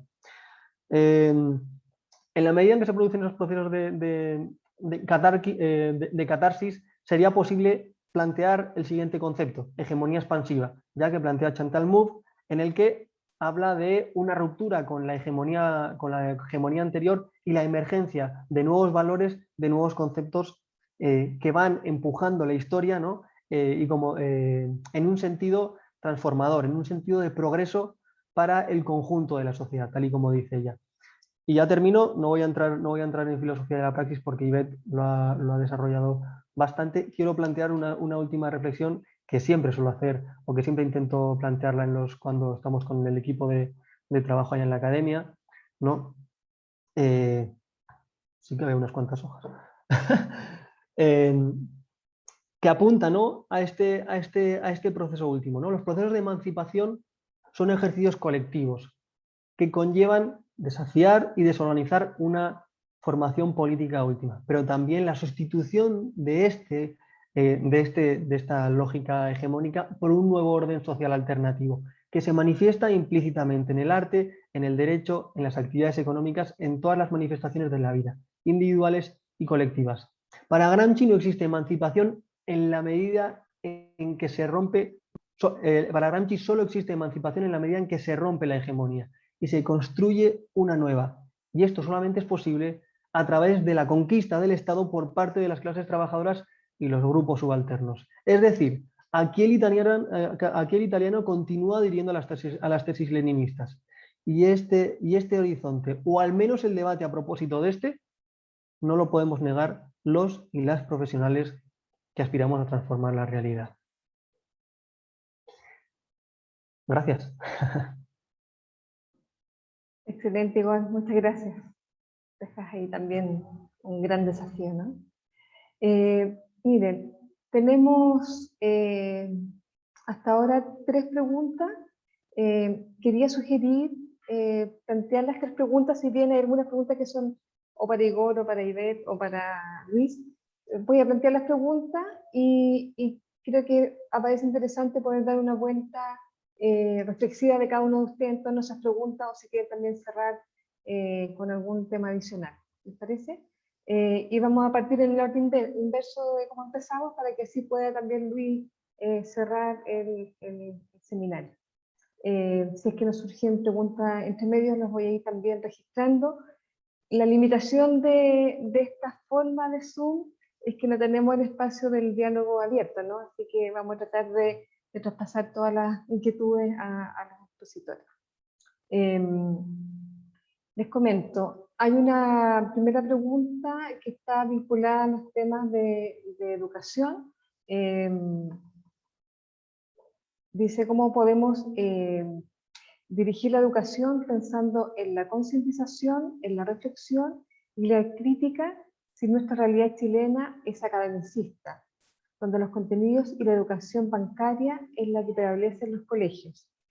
Esa pregunta también la podríamos extrapolar no solamente a los colegios, sino que a las universidades, donde se da un fenómeno parecido. Después hay una pregunta planteada específicamente Igor, pero creo que también Ivette nos podría iluminar con esa respuesta, que tiene que ver con el método de la filosofía de la praxis, acá en el sur, digamos. Quiero hacer la pregunta que puede correr un riesgo de constituirse como una continuidad de la dominación en los conflictos interraciales, interclases, contemplado por la producción académica y los investigadores, que no estarían exentos de las condicionantes estructurales que atraviesan los distintos sujetos. No sé si quedó claro. Traté ahí de sintetizar un poco, pero en el fondo la preocupación es cómo esta filosofía puede correr riesgo también en los profesionales que también atraviesan las mismas condiciones de los sujetos. Y por tanto que no se convierta en una tutela de investigadores académicos que se identifican en forma estética con las clases subalternas, pero no comparten ni intereses ni cultura, etc. ¿Ya? Y también preguntan, también específicamente a Luis, pero también creo que los distintos expositores nos pueden aportar en su respuesta, cuál es la vinculación entre el sentido común y la filosofía espontánea para alcanzar la transformación social. Son esas, entiendo, las preguntas que por lo menos llegaron al chat de preguntas y al chat que tenemos todos. Yo quisiera agregar una pregunta final también para ahí se pueden ir articulando, que es un poquito más específica, pero que también tenía que ver con los propósitos de este encuentro, este seminario, de cómo ir avanzando también en una red, una red de profesionales gramscianos, ¿no? Que era uno también de los intereses que está subyacente en este seminario. Así que, Igor, te doy la palabra para que puedas... Gracias, Angélica. Sí, creo que la segunda pregunta, la segunda que has planteado, es la que había respondido en el mismo momento en el que estaba... Sí, exactamente. Sí. Bueno, sobre la primera, ¿no? sobre la educación bancaria, etcétera, etcétera.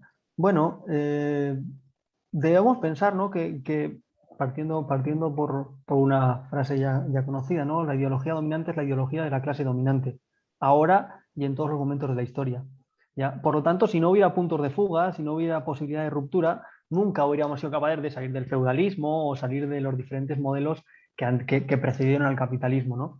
Entonces, bueno, es lógico, ¿no? que las clases dirigentes, ¿no? Tienen sus propios instrumentos al interior de la sociedad civil para trasladar, para bañar con sus valores y con su ideología al conjunto de la población, porque si no fuera así, no viviríamos en este modelo de sociedad, ¿no? Vivimos en este modelo de sociedad y lo aceptamos porque el conjunto de la población acepta y adhiere a este modelo de sociedad. Si no, pues estaríamos viviendo en un constante 18 de octubre, y el 18 de octubre es una excepción, ¿no? La mayor parte de la población no quiere vivir en un 18 de octubre, quiere vivir una revuelta, pues bueno, una vez o dos veces en su vida, ¿no? ¿Por qué? Pues bueno, pues porque hay una serie de dispositivos ideológicos, de dispositivos hegemónicos, como son la educación, como son los servicios sociales, ojo, que hablamos mucho de la educación, pero uno de los elementos que mayor ideología generan son los servicios sociales. Somos un instrumento de educación como ningún otro. La educación se relaciona con niños y con niñas, pero nosotros nos relacionamos con los, voy a ponerlo entre comillas ya, que se vea, con los descarriados de la sociedad, con los adultos descarriados, ¿no? Con aquellos que están completamente en los márgenes. Y le decimos, haz esto y lograrás insertarte en la sociedad. De insertarse es tener un empleo que va a ganar 200.000 pesos, 250.000 pesos, que no sé qué es insertarse con 250.000 pesos, ¿no? Bueno, ese es el compromiso, o esa es la reflexión que tenemos que hacer. Desde luego no es sencilla, ¿no? ¿Qué es mejor? Tengo poquito tiempo, sí. ¿Qué es mejor? ¿Vivir en un contexto de exclusión mayor o vivir con un salario de 300.000 pesos? Bueno, pues es un complejo o es un complicado desempeño el que tenemos, ¿no? Como profesionales. Pero yo siempre les planteo a mis estudiantes, o conversamos, ¿no? Que la intervención para mí debe tener dos vías en paralelo. Una primera, que probablemente es la asistencial, ¿no? Porque nadie se acerca a un trabajador social, a una trabajadora social diciendo quiero hacer la revolución y estoy en contra del patriarcado y el capitalismo, ¿no? Nadie viene a hablar con nosotros y con nosotras por eso, viene más bien porque dice no tengo un colchón en el que dormir. Bueno, pues eso, las personas no tienen un colchón y necesitan un colchón, ¿no? Entonces, bueno, ahí hay una intervención asistencial que tenemos que llevarla a cabo, ¿no? Porque, por supuesto, va a mejorar su vida pudiendo dormir en un colchón, pero tenemos que aprovechar este tipo de espacios para plantear preguntas, ¿no? ¿Por qué no tienes un colchón? ¿No? ¿En qué casa vives? ¿Cuáles son las condiciones en las que vives? No ir generando preguntas que por otro lado vayan generando o que vayan construyendo intervenciones de carácter más cultural, ¿no? Más política. Pero por eso planteo lo de los dos carriles, uno de carácter asistencial y el otro de carácter más cultural y más político. ¿no? Y no están en contradicción, ¿no? Toda esa campaña mediática, en cierto modo, en contra del asistencialismo, creo que no se corresponde con lo que realmente puede hacer el trabajo social desde todos estos espacios. Entonces, bueno, forma parte también un poco del elemento de voluntad política, ¿no?, que tiene cada profesional, pero aquí quiero incorporar otro concepto, ¿no?, que hemos hablado en alguna ocasión también con Luis, ¿no?, que es en los proyectos ético-políticos al interior de las universidades, ¿no? Cuando todo vuelvo a Hechos contra el Decoro, el grupo de música que decía antes, cuando todo se puede decir, la forma de censura es el consenso. A día de hoy nos educan y nos plantean una amalgama, un abanico enorme de marcos teóricos desde los que comprender lo social y desde los que comprender la intervención, y claro, como son tantos, al final te quedas con el que más sentido te hace, y el que más sentido te hace generalmente es el que más se aplica en la realidad, que paradójicamente es el más estadocéntrico, el que más ancla a estos sujetos, ¿no?, a estas personas, a los lazos de dependencia, o generar lazos de dependencia con el Estado y con el trabajo social, ¿no?, en sí mismo. Si queremos construir procesos alternativos, procesos de ruptura, necesariamente tenemos que construir autonomía, ¿no? Y la autonomía es un proceso lento, pero que implica una enorme creatividad e implica una intervención política y cultural que se sale de estas fórmulas, ¿no? Y después, se me han olvidado las 3 preguntas, Angélica. La posibilidad de avanzar en una red o en algo que articule un poquito más en esta reflexión. Bueno, yo espero que sea posible, porque me acuerdo cuando nos juntamos en Temuco, imaginaos, cuando nos juntamos ahí en el Congreso de Trabajo Social en Temuco, entre la Católica de Temuco y la UFRO, parece, ¿no? Hablábamos también con Luis un día así como medio en broma, bueno, medio en broma, no, en broma, que parecía que el 18 de octubre había estado organizándose en Temuco, porque 8 días después fue el 18 de octubre, fue una cosa de locos, ¿no? Pero en esa actividad o en ese espacio se generaron muchas sinergias, ¿no? Incluso se sacó un texto en contra de... como pasan tantas cosas en Chile, ni me acuerdo en contra de qué era. Pero era en contra de alguna de las cosas que había ocurrido en Chile, ya en ese momento. Bueno, yo creo que hay que ir trabajando en ese sentido, ¿no? Experiencias como estas pues nos permite encontrar, ¿no? Nos permite encontrarnos, nos permite vernos, escucharnos. Pero bueno, así como en la intervención, cuando planteaba antes que mucho tiene que ver con la voluntad de los y las profesionales, creo que aquí también depende mucho de la voluntad, ¿no?, que tengamos cada uno y cada una de nosotras, ¿no? Estaría bien, aprovecho que estamos en un espacio académico para que, bueno, si nos bajaran en la carga docente, pues también daría más espacio, ¿no?, para poder hacer este tipo de actividades, pero bueno, tiene también mucho que ver con el compromiso, ¿no?, con el compromiso político y bueno, yo creo que todos y todas aquí presentes, desde luego que lo tenemos, ¿no? Y como ha dicho Luis, bueno, la idea es que esto sea el primero de otras muchas actividades o de otras actividades en este mismo sentido, y ojalá poco a poco podamos ir ampliándolos, ¿no? Esto es como esa primera experiencia, ¿no? Muchas gracias, Igor. Y voy a precisar una pregunta que está en portugués, entonces me imagino que es de alguien que está escuchándote y que está en Brasil. Es también dirigida a los 3, pero para ir puntualizando. Y también se refiere a una consulta respecto a la filosofía de la praxis. Dice que resulta disociada entre economía y política. ¿Qué recursos analíticos gramscianos podemos rescatar para la formación del trabajador social considerando el contexto? Gobiernos conservadores en la coyuntura de pandemia, que impide o quiebra unidades entre economía y política. ¿Te puedes sumar eso? Y voy a tratar Cris, de sintetizar tu consulta para también tratársela a Luis al final. Sim, as perguntas são muito importantes e precisamos de um outro seminário para a gente debater todas as implicações que tem, mas acho que o Gramsci tem ferramentas muito importantes para a gente analisar essa relação entre economia e política, né? E, na realidade contemporânea, o neoliberalismo se encarregou de fazer isso, né? Como se a economia estivesse totalmente desvinculada, né, da vida social, né?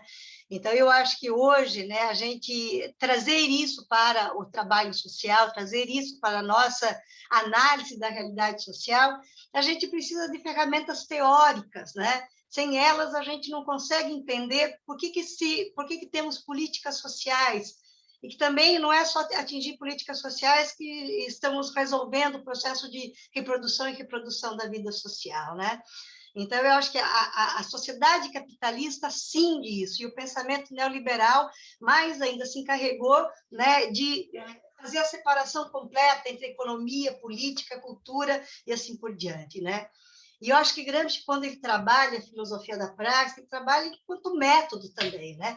Um método de compreensão da realidade social, de leitura da realidade social e das possibilidades de transformação dessa realidade, né? Então, eu acho que hoje, né, nos governos conservadores, né, principalmente na conjuntura da pandemia, né, a separação entre economia e política está ocorrendo em todo o mundo, né, como se a nossa luta fosse para sobreviver, né, uma crise sanitária, esquecendo que a crise sanitária ela já vem de uma crise capitalista anterior, ela só agrava a crise capitalista, né, e que, portanto, a reprodução material das condições de vida, né, elas são essenciais, né, para que a gente tenha um outro projeto de sociedade, né? Não adianta a gente pensar em apenas distribuir recursos necessários à superação da crise pandêmica e pensar que isso resolveria as condições que hoje a gente tem de subalternidade, né? Então, na questão da construção de novas formas de pensar, acho que a gente precisa criar novas proposições de sentido, ou, como diria Gramsci, a gente precisa criar um novo senso comum, né, que traga em cena a complexidade dessa realidade, né, aquilo que Gramsci traz o tempo inteiro na sua obra, né, que é recuperar a relação entre economia e política, entre filosofia, cultura e modos de pensar, né? Enquanto a gente não conseguir trabalhar isso, inclusive trabalhar nas nossas condições de vida prática, quando a gente luta por direitos sociais, quando a gente luta pelas políticas sociais, nós estamos lutando por um determinado projeto de sociedade.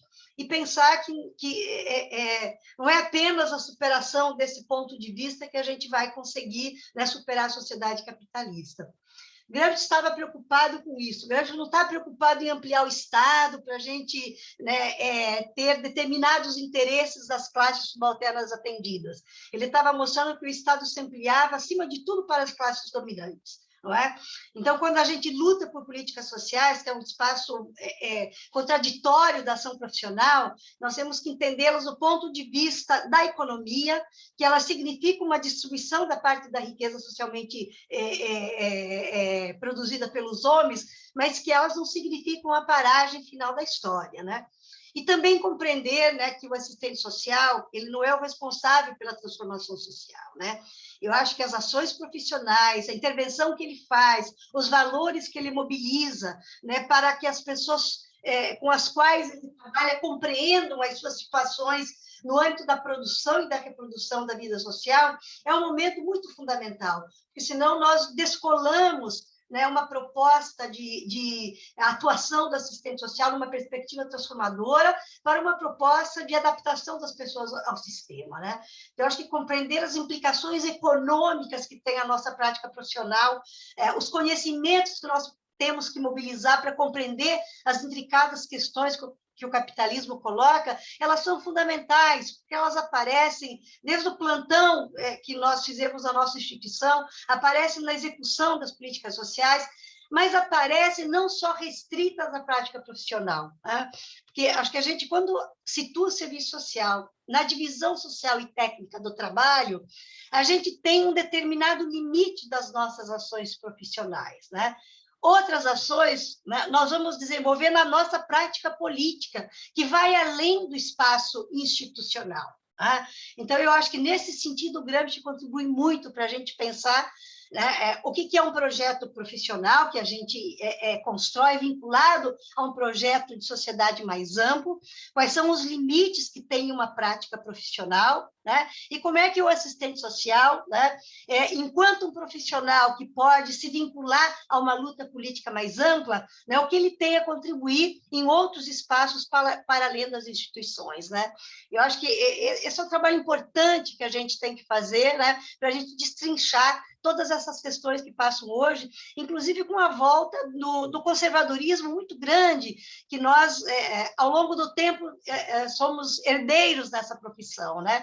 A volta do conservadorismo está muito presente hoje e o nosso comprometimento com a formação profissional é ainda maior, né?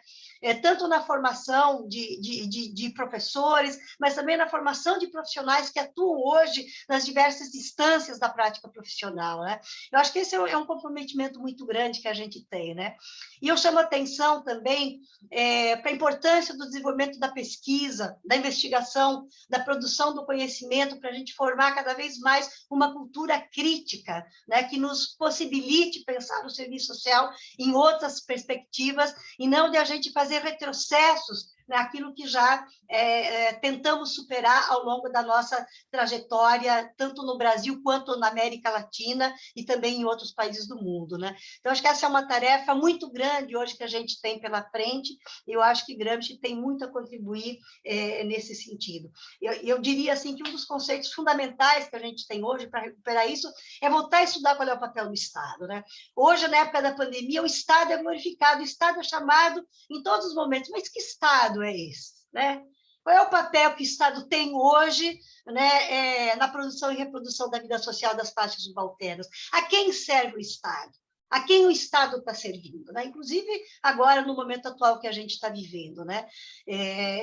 Estudar a questão do imperialismo, estudar a questão da dependência da América Latina, estudar que isso perpassa o serviço social, é um papel importante que a academia tem hoje, né? Na produção de conhecimentos, na produção da investigação e na formação de quadros profissionais para atuar na realidade social, né? Então eu acho que esse é o primeiro momento que a gente está aqui discutindo e que outros poderão vir para a gente aprofundar essa realidade em relação a esse tipo de conhecimento que informa a profissão, né, e nos possibilita pensar num projeto profissional vinculado a um projeto de transformação da sociedade, inclusive pensando aqui nas condições da América Latina que nós vivemos. Muchas gracias, Ivette. Disculpa. Ay, quizás Luis podría cerrar con la pregunta específica que hicieron, y hay otra pregunta que es un comentario, testimonio, pregunta que es bien extensa. Espero que Cris no se enoje conmigo, pero en síntesis la pregunta de Cris en particular es, en el marco, él es estudiante, por eso es que me parece importante resaltar su pregunta respecto de cómo creemos o cómo creamos fundaciones multidisciplinarias más sólidas, entendiendo que los cambios se hacen en conjunto y no por separado. Y hace ahí alusión a su historia como estudiante. Y la pregunta específica también, Luis, tenía que ver con cuál es la vinculación entre el sentido común y la filosofía espontánea para alcanzar la transformación social. Y también pedirte, entiendo que voy a revisar si hay alguna otra pregunta específica, pero en eso también, y pedirte que esa pequeña reflexión respecto también a la potencial red de profesionales gramscianos. Muchas gracias. Agradecerle a todas y todos quienes están todavía conectadas y conectados y nos han estado haciendo preguntas y comentarios, que eso da cuenta del interés sobre lo que nosotros estamos planteando acá. Lo primero respecto de esta vinculación entre filosofía espontánea y sentido común. La filosofía espontánea es lo que hacemos, o hacemos filosofía sin saber o darnos cuenta que estamos haciendo una práctica filosófica.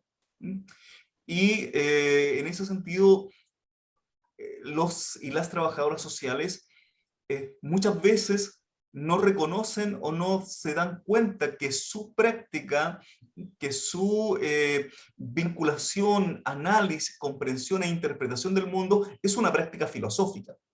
Hay una lectura del mundo. Y lo que hemos planteado acá también, desde Gramsci, por cierto, tiene que ver con que el sentido común es la expresión concreta de la filosofía de la clase fundamental.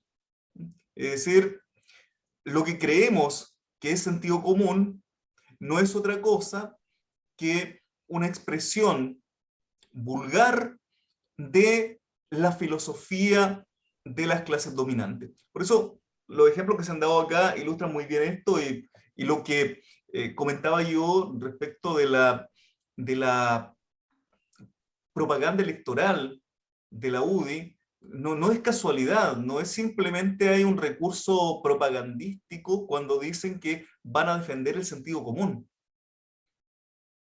Lo que están haciendo es defender su ideología, defender su proyecto filosófico ideológico. Ese es el sentido común que están defendiendo, y que no quieren que se le dispute un proyecto político, cultural, económico distinto. Por eso que cuando Gramsci habla de que el proyecto contrahegemónico implica una reforma cultural y moral, es decir, una nueva cultura, nueva concepción de mundo, una nueva concepción de sociedad, con valores distintos. Por lo tanto, si estamos pensando hoy día un proyecto contrahegemónico, tiene que ser un proyecto que encarne principios distintos a los cuales, respecto de los cuales han sido dominantes y hegemónicos en los últimos 40 años. Es decir, el individualismo, por ejemplo. Esta idea que hoy día se ha transformado en sentido común del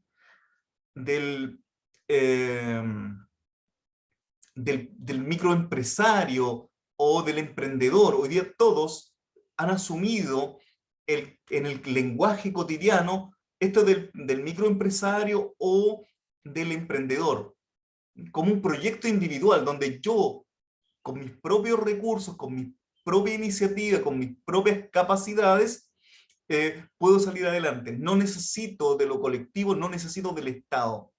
Incluso uno escucha muchas veces decir, a mí nadie me ha ayudado, yo esto lo he logrado solo o sola. Por lo tanto, ahí lo que nosotros como trabajadores y trabajadores sociales tenemos que hacer es develar cuál es ese sentido común, y confrontar ese sentido común con lo que es el proyecto filosófico de la clase dominante. No olvidar además, para tampoco caer en miradas mesiánicas, como lo plantea muy bien Marilda Yamamoto, que nosotros no somos, y tanto Ivette como Igor lo planteaban, no somos los que vamos a transformar la sociedad. O sea, el trabajo social, no olvidar que el trabajo social surge en el contexto de la división sociotécnica del trabajo, en la emergencia y la consolidación del proyecto capitalista. Por lo tanto, somos parte de este proyecto. Estamos inmersos en este proyecto. Apenas lo que podemos hacer es hacer algunas rupturas en cuanto a estas posibilidades que tenemos de vinculación cotidiana con las clases subalternas. Pero cuando no hay conciencia respecto de las condiciones de desigualdad que viven esos sujetos, son consecuencias son consecuencias estructurales, esas son generadas por una condición sociohistórica, un proyecto sociohistórico. Lo que terminamos haciendo es apenas resolver algunos problemas puntuales, y ahí no hay posibilidad de levantar o ser parte de un proyecto de emancipación. Entonces, ahora... Quería precisar, Luis, disculpa, sí, la pregunta de los interdisciplinarios, transdisciplinarios, sí, que un estudiante de arquitectura, ya, que no había visto la sigla, y de ahí lo importante de su unidad, digamos. Sí, ahí... y en preciso es como creamos bases colectivas multidisciplinarias más sólidas. Esa era para que no lo interpreté del todo bien. Gracias, muchas gracias. Bueno, a mí me preocupa un poco cuando se habla de lo interdisciplinario, cuando no se tiene también la suficiente claridad respecto de la definición y el rol de la propia disciplina. Y en eso, porque no es sumatoria, no es simplemente lo interdisciplinario, no puede ser sumatoria de individualidades o de disciplinas como sujetos individuales. Y en ese sentido las disciplinas tienen que también tener una cierta claridad y definición de su rol histórico. ¿Cuál es el rol histórico que tienen las disciplinas? Porque cuando nos sentamos a la mesa, por decirlo de alguna forma, y pensamos en unas intervenciones interdisciplinarias, tiene que haber también hay un debate y un análisis sociohistórico y político respecto del rol que tienen las disciplinas en la producción y la reproducción de la sociedad y el proyecto ideológico hegemónico. Y ya yendo a la pregunta respecto de las redes, creo que es fundamental, necesario hoy día más que nunca generar redes, generar vínculos, pero no pueden ser solamente de carácter instrumental, o sea, no pueden estar mediatizadas por cumplir también algunos objetivos instrumentales en el marco de las exigencias de la academia. O sea, las redes no pueden tener solamente ese rol instrumental. Si estamos pensando en redes, tienen que pensarse también como un proyecto socioético-político de emancipación. Y para que haya un proyecto socioético-político de emancipación, tiene que haber una lectura crítica del contexto sociohistórico en el cual estamos.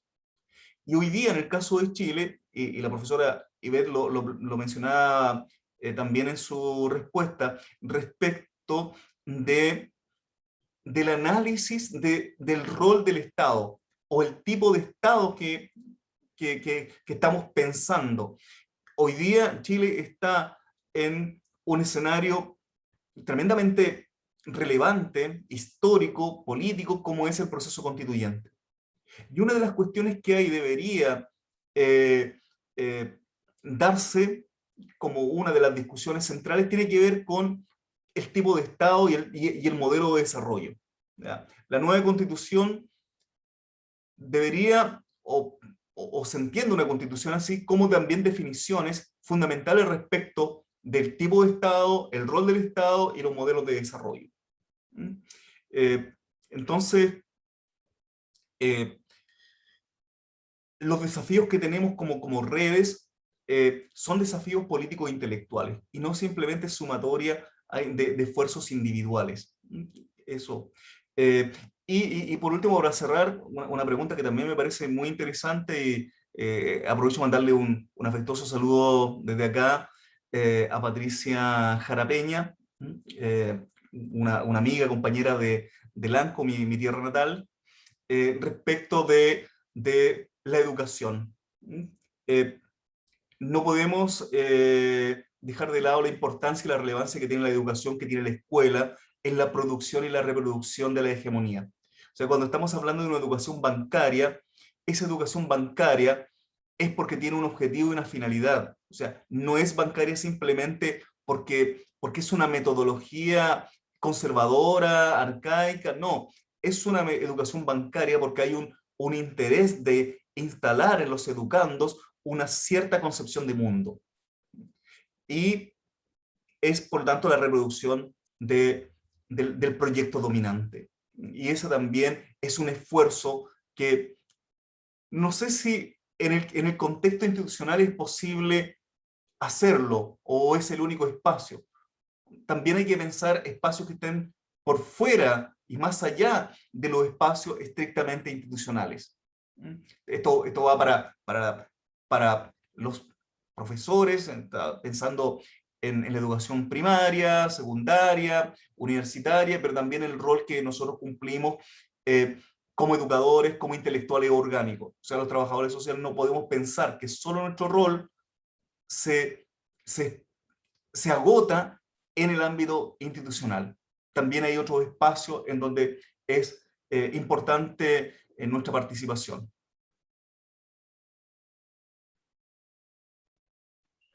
Mira, quedó una pregunta pequeña ya para ir cerrando, en realidad, porque deberíamos, pero quizás es importante dar cabida. Consulta María Constanza, ¿qué opinas del actual cambio del Código Sanitario en Trabajo Social? No sé si es una pregunta muy específica. O sea, Igor o tú, Luis, ¿tienen alguna postura al respecto? Sí, mira, muy rápidamente, muy rápidamente. Bueno, ahí hay una cuestión que da cuenta del estatus que tiene el trabajo social. Ahí hay relaciones de poder.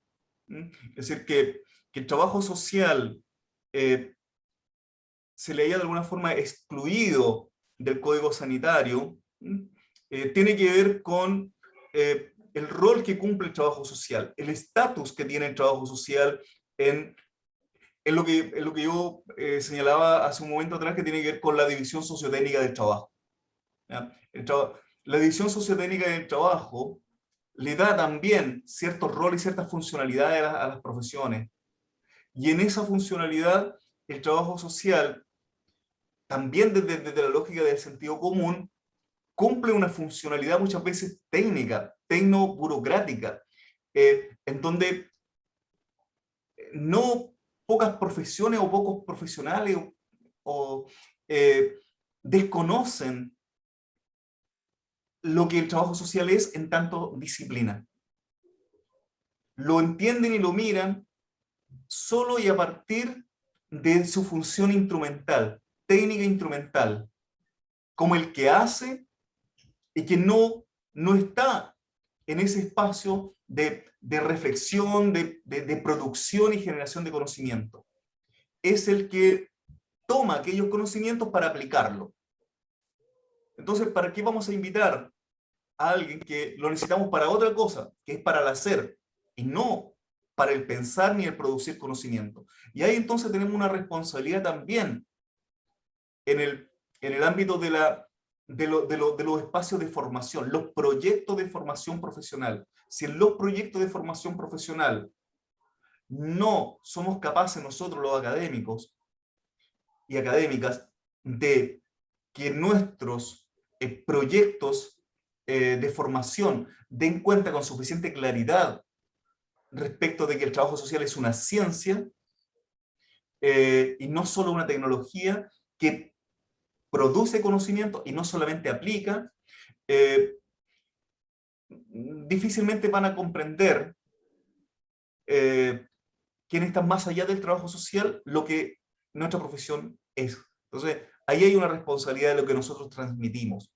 O sea, lo que ven en nosotros, lo que interpretan de nosotros, es tal vez lo que nosotros hemos transmitido. Y por tanto no hemos transmitido suficientemente claro lo que somos y lo que hacemos. Entiendo que ya estamos entonces en nuestra etapa de cierre. Arturo, no sé si quieres dar unas palabras de cierre para este espacio. Y antes de eso, igual agradecer, porque hemos tenido muchos participantes en línea todo el tiempo, así que efectivamente parece que es un espacio de conversación que nos hacía falta. Así que muchas gracias por estar a quienes están ahí detrás de la pantalla. Arturo. Sí, solamente agradecer, como tú dices, el espacio. Eso es la academia, abrir un espacio para que puedan plantearse puntos de vista diferentes, incluso pueden ser perfectamente, discutirlos y fundamentarlos. Y me parece que yo he estado atentamente escuchando las exposiciones, he aprendido bastante de Gramsci. Yo soy sociolingüista, soy de otra área disciplinaria, pero bueno, me parece muy interesante, una propuesta sólida, y me parece bien que ustedes como gramscianos, así los he escuchado citarse, claro, pueden efectivamente reunirse y formar una agrupación que tenga a este líder, digamos, como paraguas, y para instalar esas ideas, difundirlas, conversarlas y plantearlas como se debe hacer en la academia, que es un lugar de crecimiento, de diálogo, de discusión. Así que nada, agradecerle nuevamente a Luis por la organización y espero poderlos ver en otra oportunidad, en otro momento. ¿Ah? Felicitaciones por el trabajo. Eso, gracias. Bueno, entonces agradecemos infinitamente a Igor, a Ivette, a Luis, que lidera este espacio también, ¿no? Por el impulso, ya estamos acá. Hay varias preguntas en el chat, así que respecto a la grabación, no sé si la podemos saber dónde va a quedar alojada, pero trataremos desde nuestras redes también enviar esa información. No sé si Hugo no está ahí. La grabación se la vamos a mandar al profesor Luis Veos, yo creo ya mañana o pasado, ¿ya? Él la va a tener disponible. Pues ahí la vamos a poder difundir ahí en nuestras redes. Así que, si no hay más palabras, me cierro para no redundar.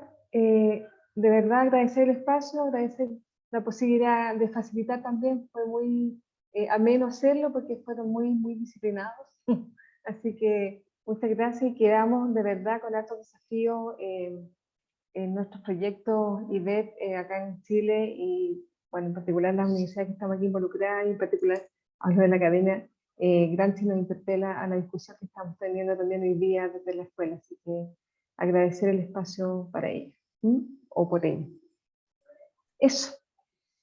Gracias a todos y a todos. Quisiera tomarme un minutito también para agradecer, sí, agradecer especialmente a todos quienes estuvieron presentes en este seminario y no quiero dejar de agradecer también y reconocer la participación de nuestro decano, el profesor Arturo Hernández Ayes, porque no siempre las autoridades se quedan a un seminario y tienen la participación activa como la que ha tenido nuestro decano, así que agradecerle por estar acá, por el apoyo y el reconocimiento a esta actividad. De igual forma, agradecer a quienes han estado acá presentes en el apoyo técnico, agradecerle a don Hernán, a don Hugo, a Pedro, porque gracias a ellos es posible también que pueda salir esta presentación de la mejor forma y tener luego la grabación para poder compartirla. Así que muchísimas gracias también a ellos y a todos, y esperamos encontrarnos en un nuevo espacio de discusión, tomando los grandes aportes del pensamiento de Antonio Gramsci y yo en lo particular intentando hacer también el nexo con el pensamiento latinoamericano, esta perspectiva que yo he dicho gramsciana, freiriana, latinoamericana. Muchas gracias, un abrazo fraternal a todas y a todos. Muchas gracias, chao. Que estén muy bien.